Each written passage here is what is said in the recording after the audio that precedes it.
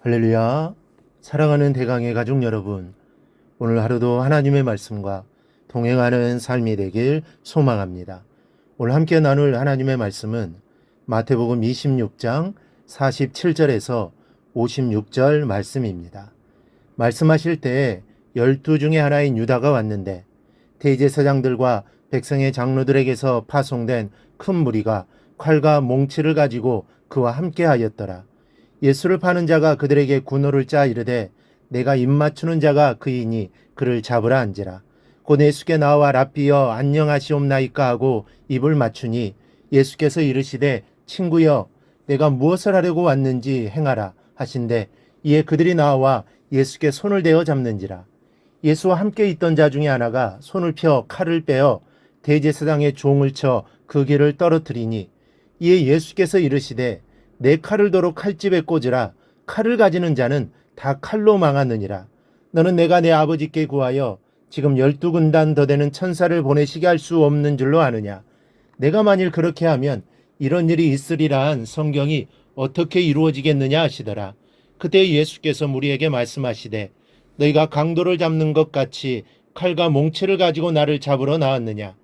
내가 날마다 성전에 앉아 가르쳤으되 너희가 나를 잡지 아니하였도다. 그러나 이렇게 된 것은 다 선지자들의 글을 이루려 함이니라 하시더라. 이에 제자들이 다 예수를 버리고 도망하니라. 아멘. 요즘에는 이 곤투를 볼 일이 별로 없지만 20여 년 전에는 곤투가 UFC나 K1 이상으로 인기가 많았습니다. 그래서 세계 타이틀이 있는 날이면 남자들이 열일을 제쳐놓고 봤습니다. 이 곤투 용어 중에 카운터 펀치라는 용어가 있습니다. 이 상대방이 있는 힘을 다하여 공격에 들어올 때 그것을 피하면서 내 펀치를 적중시키는 것을 말하는데 이때는 서로의 체중이 실리기 때문에 맞는 사람의 충격은 가만히 서서 맞을 때에 갑절이나 된다고 합니다. 오늘 본문을 보면 가룟 유다가 큰 무리와 함께 예수를 잡으러 옵니다. 그리고 예수님께 와서 입을 맞춥니다.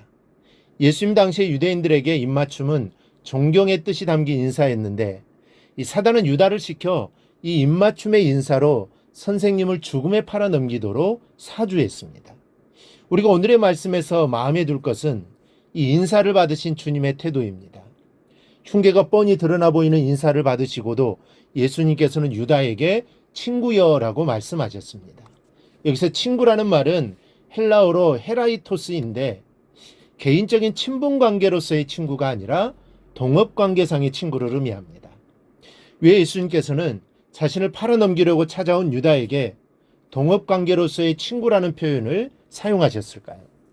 물론 예수님께서 사단의 사주를 받은 유다의 역사에 동업을 하신다는 의미는 아닙니다. 오히려 그런 사단의 역사까지도 하나님의 뜻을 이루시는 도구로 사용하셨다는 뜻입니다. 이 사단이 있는 힘을 다하여 유다의 반역이라는 펀치를 날렸지만 예수님께서는 그 사단의 공격을 피하시고 영적인 카운터 펀치를 사탄에게 적중시켜 통쾌한 역전승을 거두시는 것을 의미합니다. 우리도 신앙생활하면서 많은 유혹과 어려움이 있습니다. 그런데 어떤 성도들은 유혹과 어려움이 올 때 걱정만 하고 있습니다. 하지만 이런 유혹과 어려움에 걱정만 할 것이 아니라 싸워서 이겨야 합니다.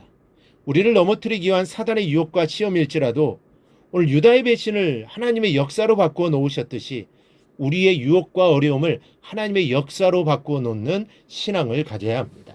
그렇다면 신앙으로 역전시키는 법은 어떤 것들이 있을까요? 먼저는 지킴이 아닌 내어줌이 역전법입니다. 검과 몽치를 가지고 찾아오는 백성들과 장로들의 무리가 기세등등하지만 53절을 보면 예수님의 한마디면 당장이라도 12영이 되는 하늘의 천군을 불러내실 수 있는 분이 바로 주님이셨습니다. 12영은 12군단을 의미합니다. 당시 한 군단의 수는 보병이 6,000명, 기병이 120명이었습니다. 주님은 수천의 천군 천사를 동원하여 자기를 포박하려고 온 자들은 물론 유대에 주둔하고 있던 모든 로마 군사들을 싹쓸이할 수도 있습니다. 천사 하나가 아수르 대군을 하룻밤 사이에 전멸시킬 능력을 지녔음을 감안할 때 12영도 더 되는 천사는 정말 어마어마한 힘입니다. 그러나 주님은 자신을 지키려고 그런 이적을 행하시지는 않으셨습니다. 자신의 곁에 서 있는 제자가 검을 빼어 대제사장의 하인의 길을 치면서 자신을 지키려고 하자 그것조차도 거절하셨습니다. 얼마든지 자신을 지키실 수 있으셨지만 사단을 향한 통쾌한 카운터 펀치의 역전승은 자신을 내어줌으로 이루어지는 것이었음을 아셨기 때문에 하지 않으셨던 겁니다. 자신을 지키는 것으로는 하나님의 뜻이 이루어지지 않음을 잘 알고 계셨습니다. 이것이 이김의 원리입니다.